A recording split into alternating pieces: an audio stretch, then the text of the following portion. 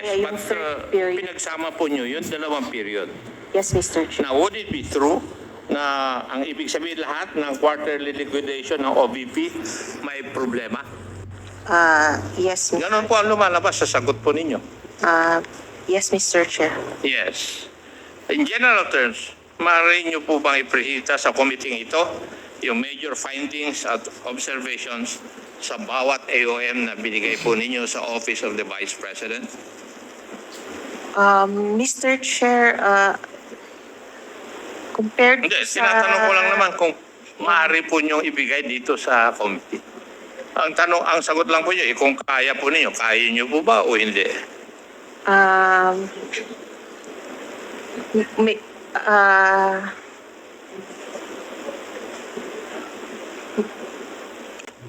Mr. Chair, considering that the audit of the of the compliance of the AOMs is still ongoing, You cannot submit. we cannot yet.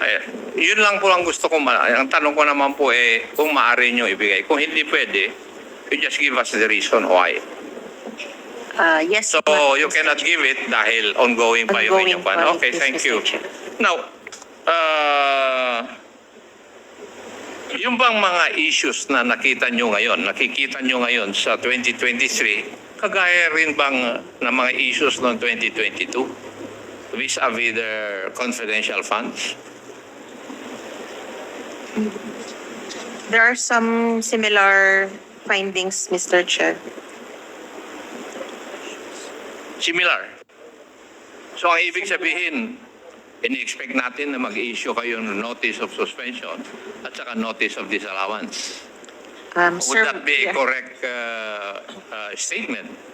I have yet to see the compliance report, Mr. Chair. Thank you, Madam Auditor. Mr. Chair, I would like to make a manifestation insofar as the refusal of the Vice President to take her oath insofar as the hearing of this committee is concerned. Such refusal can damage the public's perception of integrity in public office. The Filipino people deserve honesty and openness from their leaders, especially when their actions are being scrutinized.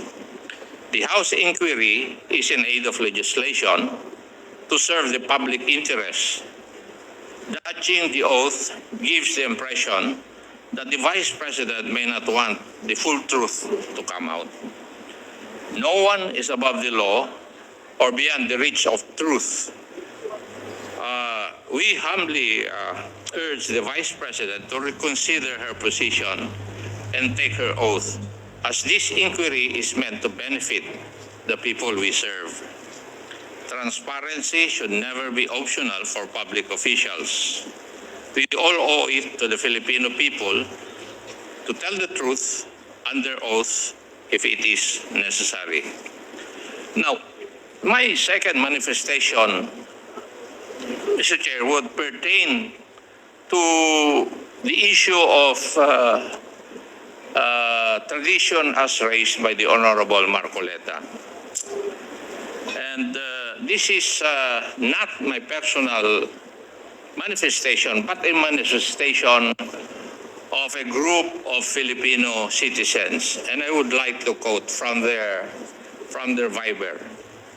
The Constitution of the Philippines, specifically Article 11, Section 1, explicitly states that public office is a public trust.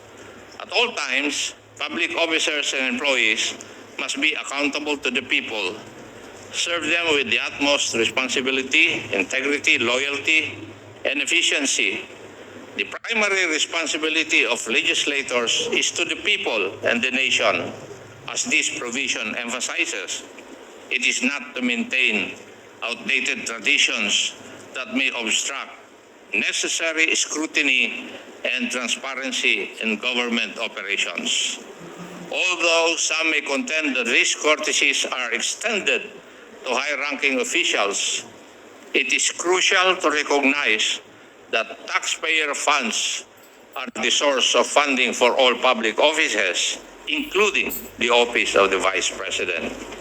Consequently, it is imperative that each centavo allotted to it undergoes the same rigorous assessment as any other department or office.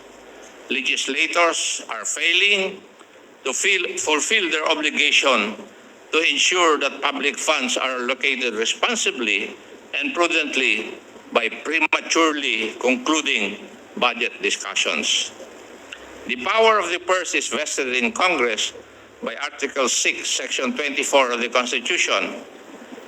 This authority requires the scrutiny of the national budget to ensure that it is in accordance with the requirements of the populace and that government programs and projects are appropriately funded and managed. Budget deliberations are not merely formalities. They are critical processes that enable legislators to evaluate and challenge the allocation of public funds. The constitutional mandate is directly violated by the use of tradition as an excuse to conclude these discussions. This is particularly true when the OVP's budget incorporates confidential funds, which necessitate even more rigorous scrutiny due to their nature. The people deserve transparency. It is time, I think, to discontinue a harmful practice. Not the deliberations themselves, but this long-honored tradition of circumventing critical budget evaluations should be terminated. Upholding such a practice, particularly when it directly affects the management of public funds, is a violation of the public interest mandate of legislators. We are at risk of fostering corruption and mismanagement by allowing tradition to supplant accountability. We have the right to demand that our representatives in Congress carry out their obligation to scrutinize the budget without exception as Filipinos. The OVP, or Office of the Vice President, like any other office that receives public funding, is subject to the same accountability standards. In order to guarantee that confidential funds are utilized for legitimate purposes that advance the public interest, they necessitate meticulous supervision. The purse is a critical mechanism for preventing government overreach and the misappropriation of funds. Congress can guarantee that our government remains accountable to the people it serves by fulfilling this constitutional obligation. The public and our legislators are responsible for rejecting this detrimental tradition in favor of transparency and good governance. The integrity of our democratic processes and the restoration of trust in our institutions can only be achieved by doing so. Marami pong salamat, Mr. Chairman.